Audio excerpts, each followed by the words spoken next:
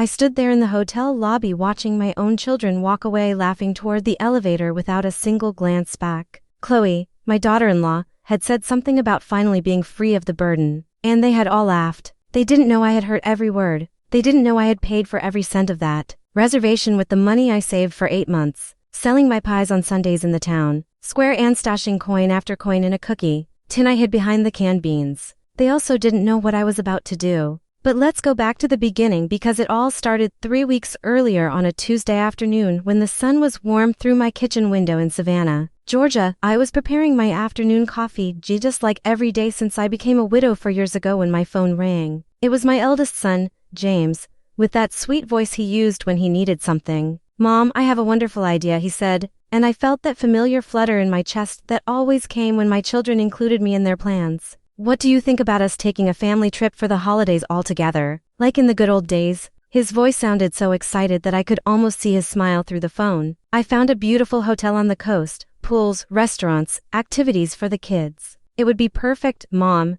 I set the coffee pot on the counter, feeling my eyes fill with tears of joy. It had been so long since I felt included, since I had been invited to anything more than a family dinner, where I sat quietly while they talked about their jobs, their trips, their plans. I was always the one who served, who cleared the dishes, who stayed in the kitchen while everyone else went into the living room. "That sounds wonderful, son," I replied, trying to keep my voice from cracking. "When would it be?" "The first week of January. 7 days, Mom. Imagine all of us. Me, Chloe, Leo, and Grace, the grandkids. And you, of course, like one big happy family." He paused and then added, "There's just one small detail, Mom. The hotel requires a single person to make the reservation. Could you take care of it? We'll transfer you the money afterward."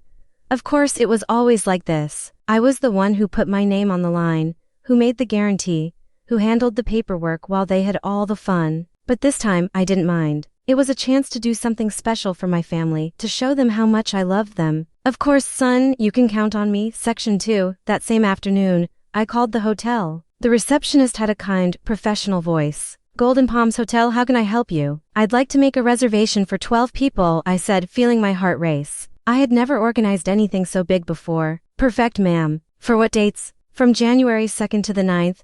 I heard the clicking of her keyboard. "All right, that would be 5 family suites, all inclusive, with access to all activities. The total would be $4,200. I stopped breathing. For $1,200. My pension was $800 a month. I had saved $800 selling pies for 8 months. I didn't have enough. "Ma'am, are you there?" Yes, I'm sorry. Can I confirm the reservation and pay later?" "We need a 50% deposit to confirm, ma'am. $2,100. I couldn't sleep that night. I sat in my rocking chair, calculating and recalculating. I had $50 in cash, some savings I had set aside for emergencies, and my wedding ring. The ring my husband had given me 42 years ago with a small diamond that sparkled when the light hit it. The next day, I went to the downtown jewelry store. Mr. Davies, the owner, was an older man who knew my whole family. "Estella, how are you?" "I'm doing well, Mr. Davies. I came to ask what you'd give me for this ring." He examined it with his loupe, turning it between his wrinkled fingers. "It's a nice piece, Estella. I can give you $800. I felt as if I had been punched in the stomach. $800 for 42 years of marriage. But I thought about James's smile, about the chance to have my whole family together unhappy. "It's a deal." With the money from the ring and my savings, I called the hotel that same afternoon and paid the deposit. The reservation was confirmed in my name with my credit card as a guarantee. 5 family suites, 12 people, 7 days, all inclusive. Over the next few weeks, every time I spoke with James or Leo, they asked me about the trip details, but never mentioned the money. "We'll talk about that later," they would say. "The important thing is that we're all together." I continued to sell pies on Sundays, doing sewing jobs for my neighbors, saving every dollar I could to cover the final payment. My house became colder because I turned down the heat. I ate less meat and I walked instead of taking the bus. All for that perfect family trip. 3 days before the trip, James called me excitedly. "Mom, you don't know how much we're looking forward to these days." The kids are super excited. "Chloe already has everything packed." "How are the hotel preparations?" "Everything's ready, son. Just the final payment left." "Oh, yeah, of course." "Well, we'll figure that out when we get there. The important thing is we have fun." The night before the trip, I finished paying for the reservation in full with my credit card. $2,100, my wedding ring, all my savings, plus the debt left on my card. But it was worth it. I was going to have 7 perfect days with my family. I had no idea what I was about to discover. The morning of the trip, I woke up before sunrise. I had packed my suitcase the night before, carefully folding each item, choosing my best dresses, the pearl necklace that was my mother's, and my comfortable walking shoes for the beach. I felt like a child before Christmas. It had been so long since I had something to look forward to with so much excitement. James was supposed to pick me up at 7 o'clock a.m. We had planned to travel all together in 2 cars to the hotel, which was a 3-hour drive away. I put on my light blue dress, the one Leo always said made me look younger, and carefully put on some makeup. I wanted to look good for the family photos we would surely take. At 7:30, James honked from the street. I grabbed my suitcase, locked the door, and walked to the car with a smile I couldn't wipe off my face. In the passenger seat, Chloe, my daughter-in-law, was looking at her phone. In the back, my 2 youngest grandkids were playing on a tablet. "Good morning, family," I said as I got into the car, but only the kids replied with a, "Hi, Grandma," distracted. Chloe barely looked up for a second and mumbled something that sounded like a greeting. James started the engine. "Are you ready for a perfect family vacation?" I asked, trying to start a cheerful conversation. "Yes, Mom," James replied, but his voice sounded tired. "Chloe, did you text Grace so they can follow us?" "They've already left. Leo drives like a turtle, so we'll probably get there before them," Chloe answered without looking up from her phone. During the drive, I tried to talk several times. I asked them about James's work, about their plans for the hotel, about whether the kids knew how to swim. The answers were monosyllabic, sighs and half smiles that quickly faded. Chloe kept texting and every now and then she laughed at something she read on her screen. "Is it very funny?" I asked once, trying to be part of whatever was keeping her so entertained. "It's my friend's group chat," she answered without looking at me. "Things you wouldn't understand." I was quiet after that, staring out the window at the passing fields, the small houses, the trees that were just beginning to change color. I thought about all the pies I had sold to pay for this trip, about the nights I had stayed up sewing to earn a few extra dollars, about my wedding ring, which was now in a jewelry store safe. When we arrived at the hotel, my breath caught in my throat. It was even more beautiful than I had imagined from the photos online. Tall palm trees swayed in the ocean breeze. The gardens were perfectly manicured with flowers of every color. The white facade of the building gleamed under the midday sun. The entrance had water fountains that made a relaxing sound, and I could hear the ocean in the distance. "What a beautiful place," I exclaimed, feeling my chest swell with happiness. "I can't believe we're here." The kids jumped out of the car, excited, and ran toward the entrance. James and Chloe began to take the suitcases out of the trunk. At that moment, the second car arrived with Leo, Grace, and the rest of the family. My 20-year-old granddaughter, Ava, was the only one who came to hug me. "Grandma, this place is incredible," she said, her eyes shining with excitement. "Did you see the pool? It's huge and they say they have nightly activities and themed restaurants." "I know, honey. It's going to be a wonderful week," I replied, stroking her hair. At least someone shared my enthusiasm. We all went into the lobby and I headed to the reception desk. It was a spacious and elegant area with marble floors that reflected the light from the crystal lamps, white leather sofas, and tropical plants in huge pots. The air smelled of fresh flowers and ocean breeze. "Good morning," I said to the receptionist, a young woman with a kind smile. "I have a reservation under the name Estella Williams." She typed on her computer and smiled. "Of course, Mrs. Williams, we were expecting you. 5 family suites, 7 nights, all inclusive for 12 people. Everything is in order." While she was preparing the keys and explaining the hotel services, I heard my sons talking quietly behind me. 5 suites, I heard Leo whisper to James. "I thought you said it would be simpler. Mom organized everything," James replied. "We'll figure out how to split the costs later." The receptionist handed me the keys on elegant canes shaped like a palm tree. "The suites are on the 3rd floor, all with an ocean view. Breakfast is served from 6 o'clock to 10 o'clock a.m. in the main restaurant. Lunch from 12 o'clock to 3 p.m. and dinner from 6 o'clock to 10 p.m. You also have full access to the spa, the pools, sports activities, and nightly entertainment." "How wonderful," I exclaimed, feeling my heart beat with excitement. "Did you hear that, kids? We have access to everything." But when I turned around to share my joy with the family, I froze. There was no one there. James, Leo, Chloe, Grace, and all the grandkids had disappeared. Only Ava was left, looking at me with a strange expression on her face. "Where did everyone go?" I asked, feeling my stomach drop. They went to the elevators, she replied, biting her lower lip. Dad said they were going to get settled in the rooms and that we would meet up later, without waiting for me, without the keys. Ava didn't answer, but I could see in her eyes that she wasn't telling me something. We walked to the elevator area, but there was no sign of the family. We went up to the 3rd floor and walked down the hallway, looking for them. But it was as if they had vanished. Ava. What is going on here? I asked, my voice trembling. She sighed and took out her phone. Grandma, there's something you need to know. They're in the family group chat. And she stopped as if it was hard for her to continue. What group chat? The one Dad, Uncle James, Mom and Aunt Chloe made. It's called Drama-Free Vacation. Her voice became softer. Grandma, they didn't want you to come on the trip. I felt as if the marble floor was shifting under my feet. What do you mean they didn't want me to come? But James invited me. He asked me to organize everything. Ava showed me her phone with trembling hands. On the screen, I could see the group chat. The most recent messages said things that broke my heart into pieces. We've arrived. The old lady took care of everything as usual. Perfect, now we can enjoy ourselves without her watching us all the time.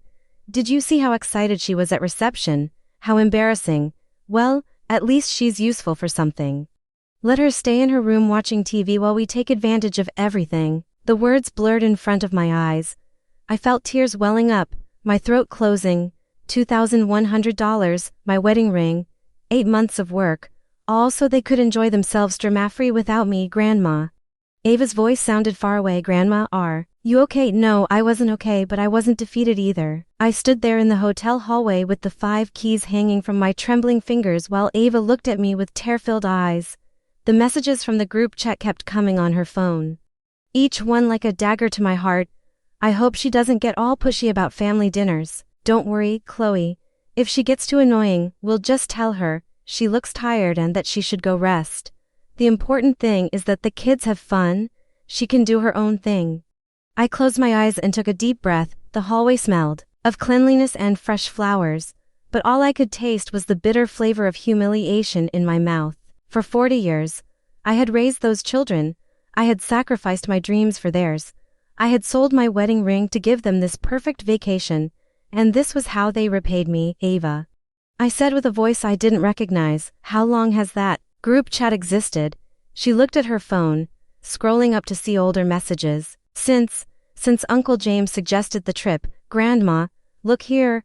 It says he created it the same day he called you. My granddaughter showed me the screen. There it was, clear as day. Group created on December 12th by James Carter. The same day. My son had called me with his sweet voice to invite me on the family trip of my dreams. I continued to read the older messages, each one worse than the last. I already talked to Mom. She fell for the whole story. She's sure she'll be able to organize it. You know how she is with technology, it doesn't matter. If she messes up, we'll fix it. The important thing is she pays. Great. A free vacation with no family drama. Just so we're clear, no all-together activities. Everyone for themselves. The words became blurry from the tears I could no longer hold back.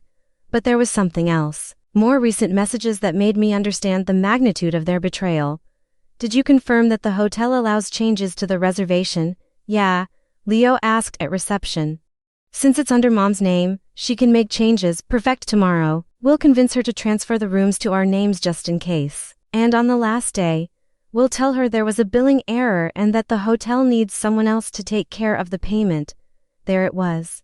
Not only had they planned to ignore me during the trip, but they also intended to leave me with the entire debt at the end. They had used me to organize and pay for their perfect vacation, and then they planned to abandon me with the bill. Grandma, Ava gently touched my arm. What are you going to do?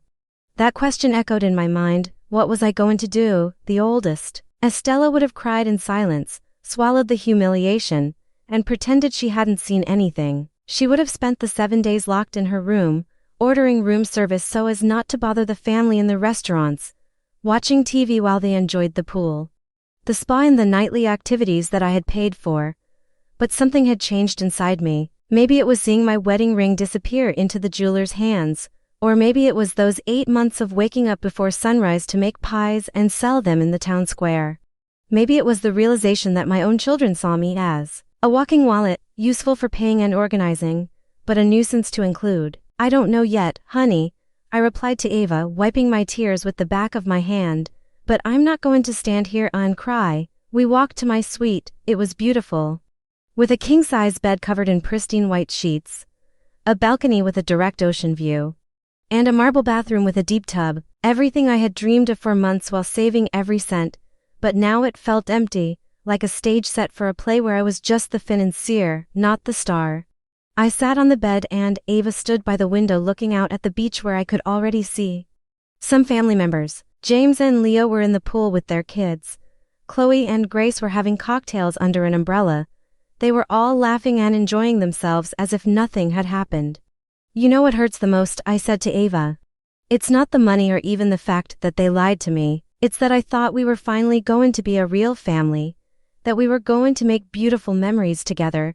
Ava turned around and I saw that her eyes were red. Grandma. I tried to tell them it was wrong. When Dad added me to the group, I told them it wasn't fair to you, but they said I didn't understand that sometimes adults have to make difficult decisions. Difficult decisions. That's what I was to them. A difficult decision. At that moment, my phone rang. It was a message from James. Mom, we've settled in. We're going to have lunch at the beach restaurant. If you want, you can order room service. See you at dinner. Liars. I knew perfectly well they had planned to have lunch without me, but this time, instead of feeling hurt, I smiled. Ava, tell your dad thank you very much. But I have other plans, and I wasn't lying. I did have other plans. Plans that were taking shape in my mind with a clarity that surprised me. That afternoon, while my family enjoyed the beach with the money I had paid, I was busy making some very important calls. First stop, my bank. Second stop, the hotel reception. Third stop, my lawyer. Because if my children thought they were going to play games with me, they were very wrong. The game had just begun, and this time I had all the cards. That afternoon, while my family had fun on the beach, believing they had found the perfect formula for a free vacation, I was in my room executing my own plan. I had learned over 65 years that patience is the most powerful weapon a woman can have, especially when she is underestimated. My first call was to the bank. After navigating a maze of automated options and waiting for 20 minutes, I finally managed to speak with a human representative. National Bank, this is Sarah speaking. How can I help you? Good morning, Sarah. My name is Estella Williams. I need to report a possible fraud attempt on my credit card. After confirming my information, I explained the situation, choosing every word carefully. Sarah, I have reason to believe that a family member is going to try to dispute legitimate charges that I made on my card, specifically a hotel reservation for $4,200 that I personally authorized and paid for. Sarah made a note of everything and explained the procedure. I'm going to place a protection note on your account. Mrs. Williams, if anyone tries to dispute these charges, an automatic investigation will be triggered, which will require substantial evidence of actual fraud. And in the meantime, the charges will remain valid until proven otherwise.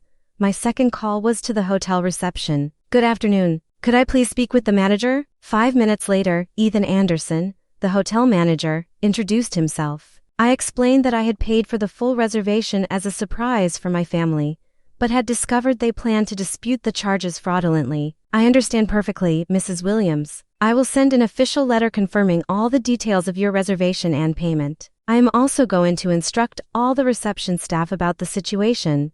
One more thing. Mr. Anderson, would it be possible to schedule a meeting for tomorrow morning? I think I might need to make some changes to the reservation, of course. Is 9 o'clock a.m. a good time for you? Perfect. My third call was the most important. I called Mr. Harris, the lawyer. Estella, this is very serious. What your children are planning constitutes financial fraud and elder abuse. He sent me a sworn statement to sign. At 6:30, someone knocked on my door. It was James. Hey Mom, how was your afternoon? Very productive, son. Productive? What did you do? Important calls, paperwork, adult stuff. I saw his smile become a little forced. Mom, speaking of paperwork, Leo and I were thinking that maybe it would be easier if we handled some of the hotel details. You know, so you don't have to worry about anything. There it was. The first official move of their plan. What kind of details? Well, the keys to the other rooms, for example. Just in case there's an emergency and we need access, James, I said in the calmest voice I could muster. I'm 65 years old, not 95. I can handle the keys to the rooms just fine. Of course, Mom. I didn't mean you couldn't. I just thought that. What did you think exactly? I watched him get nervous. Nothing, Mom, forget it. Are you coming to dinner? Of course. It's my money paying for that dinner, isn't it? The question caught him by surprise. Your money? Whose money else would it be, James? No, of course you're right. We'll split everything at the end of the trip like we talked about. When did we talk about that exactly? Did we ever agree that this would be a shared expense? Mom, I don't understand why you're asking these questions.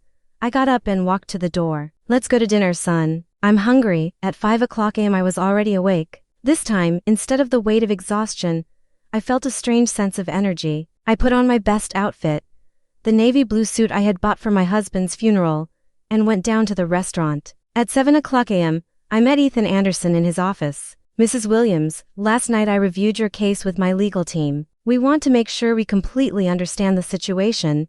After confirming the details of my payment, Ethan opened a folder. I have 2 documents here. The first is an official statement confirming your payment. The second is an addendum to the contract that gives you exclusive authority over any aspect of the stay. What exactly does this mean? I asked, pointing to the second document. It means that you, as the person who paid and the holder of the reservation, have absolute control. You can decide who stays and who leaves. You can modify services and you can even cancel specific rooms if you wish.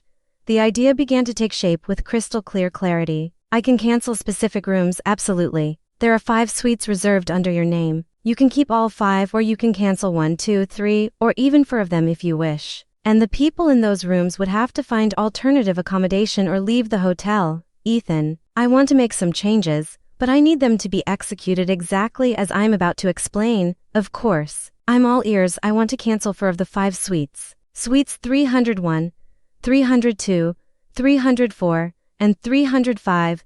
I want to keep only 303, which is mine. Ethan raised his eyebrows slightly. And when do you want these cancellations to be effective? Today, but not immediately. First, I want you to block access to those rooms at 10 o'clock a.m. Their key cards will stop working. And then at 11 o'clock a.m., I want hotel staff to go to those suites to inform the guests that they must vacate the rooms before noon. Due to changes in the reservation, I explained that the staff must emphasize that the change was my personal decision as the payer. Ethan, may I ask what led you to this decision? Would you do anything for your children? Without a doubt. And what if they betrayed you? What if you found out they were using you? That they were embarrassed by you? That they planned to scam you? Ethan was silent. I think I understand. This isn't sadness. This is liberation.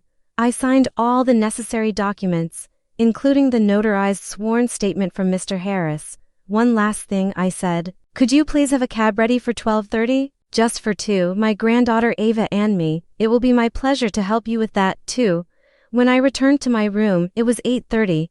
I sat on the balcony with a cup of fresh coffee and waited. At 9 o'clock, I received the first message from Ava with the conversations from the secret group chat. Perfect plan for today. After lunch, we'll talk to reception to get control of the other rooms. The dispute process should be ready this afternoon. By tomorrow, we won't have to worry about the expenses anymore.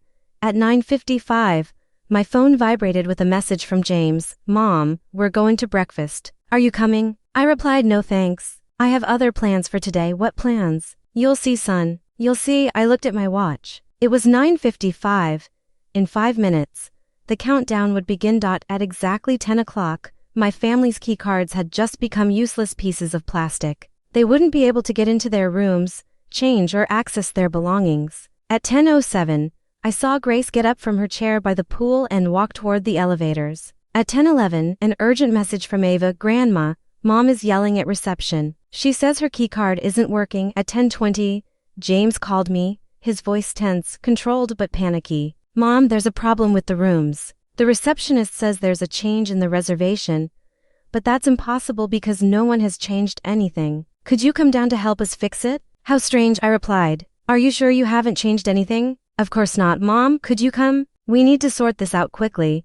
I'm a little busy right now, son, but don't worry. I'm sure it will be sorted out soon. At 10:45, Ava sent me another message. Grandma, the hotel manager is talking to Dad and Uncle Leo.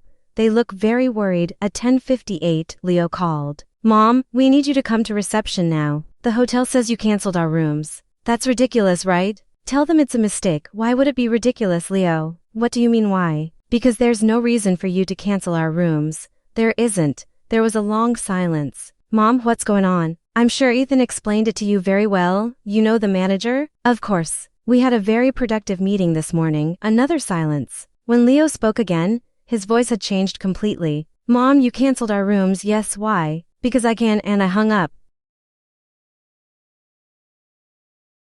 At exactly 11 o'clock from my balcony, I saw the hotel staff walking toward the pool area. I saw them approach my family, the shock on my children's faces as the eviction notice was served. At 11:05, someone knocked on my door forcefully. I opened the door and there they were, all four of them, James, Leo, Chloe, and Grace. Their faces were a collage of fury, confusion, and disbelief. Can you tell me what the hell is going on? Chloe yelled. Good morning to you too, I replied calmly. Estella, Chloe continued. The hotel says you canceled our rooms. It's ridiculous. Why is it ridiculous? Because we're your family. That's what I thought. I took out my phone and showed them the screenshots of the secret group chat. James tried to find the words. This isn't what it looks like. Explain to me what free vacation with no family drama means. James, the silence in the room was deafening. Mom, you can't leave us without rooms. We have small children, the same children you were going to keep away from me by hiring a nanny. And what about the bank, Leo? Have you already started the dispute of the charges? Leo's face went completely pale. How do you know? I know everything. I know about the group chat. I know about your plans to take control of the reservation away from me. I know about the fraudulent dispute you were planning to make with the bank. You're destroying this family, Grace cried. No, Grace, this family destroyed itself when you decided that I was an obstacle instead of a valuable member. Chloe, I said, you can take your things, which the hotel staff has already so kindly packed. You can call a taxi, and you can go find another hotel where you can pay for your own vacation. You can't do this, Chloe yelled. We're your family. You can't abandon us, Chloe, I said. Who abandoned whom first? At that moment, Ava appeared in the doorway. What's going on? The kids don't understand why we have to leave, Ava, I said softly. Come here, why? Leo said in a broken voice. Dad made some very big mistakes. Ava looked at her father, then she looked at me. Does it have to do with the group chat? Everyone froze. Ava turned to her parents. So, it's not true that you created a group chat without Grandma to make fun of her. It's not true that you planned to dispute the bank charges so you wouldn't have to pay for anything. It's not true that you hired a nanny so we wouldn't have to spend time with her. You hurt the only person who has always been there for us. Ava continued with tears in her eyes. Grandma sold her wedding ring to pay for this trip. Did you know that she sold Grandpa's ring? James slumped into a chair. You sold your ring? Leo looked sick. We didn't know, James said, because you never asked. You assumed I had infinite money for your whims. We can apologize. Are you apologizing because you got caught or are you actually sorry? James couldn't answer. Exactly. At that moment, Ethan gently knocked on the open door. Excuse the interruption, Mrs. Williams. The taxi is ready for the family. Thank you, Ethan. Taxi. Grace asked, are you leaving too? Yes, Ava and I are going to another hotel where we can truly enjoy the vacation I deserve. Ava is going with you. Leo looked genuinely surprised. Ava is the only person in this family who treated me with respect and honesty. She's the only one who deserves to share this vacation with me. You can't take our daughter, Grace yelled. I'm not taking her. She's choosing to come with me, Ava. Leo spoke directly to his daughter. You can't do this. We're your family, Dad. Grandma is also our family, and you betrayed her. I can't be a part of that. This is kidnapping, Chloe muttered. No, I said firmly. This is justice. James came up to me one last time. Mom, if we leave like this, things will never be the same between us. James, I placed my hand on his shoulder, and for a moment, I saw the little boy he had been. Things were already never the same. You made sure of that. I picked up my suitcase. Ava already had hers ready. Where are you going? Leo asked in a defeated voice. To a place where I can be a grandmother without having to apologize for existing. We walked toward the elevator. In the hallway, the other grandkids were waiting, confused and sad. I knelt in front of them. I love you all very much, I said. And this isn't your fault. Someday when you're older, you'll understand why Grandma had to do this. Noah, the little 11-year-old, hugged me tightly. We're not going to build sand castles anymore. Someday we'll build the most beautiful sand castles in the world, I promised him. When your parents remember how to treat the people they love. Ava and I walked to the waiting taxi. As the taxi drove away from the hotel, I looked out the back window. I could see my family at the entrance with their suitcases. Do you regret it, Grandma? Ava asked me. I thought about the question. No, I finally replied. I regret that it took me so long to value myself, The taxi was heading toward a small boutique hotel on the coast where a grandmother and her granddaughter could build sand castles, enjoy quiet dinners, and remember what it meant to be a real family. For the first time in years, I felt free. And for the first time in my life, I had put my own needs first. It was terrifying and liberating at the same time, but mostly it just felt right. Share your thoughts in the comments below. Subscribe for more stories of triumph, and hit the notification bell to witness the next act of liberation. Your dignity is not negotiable.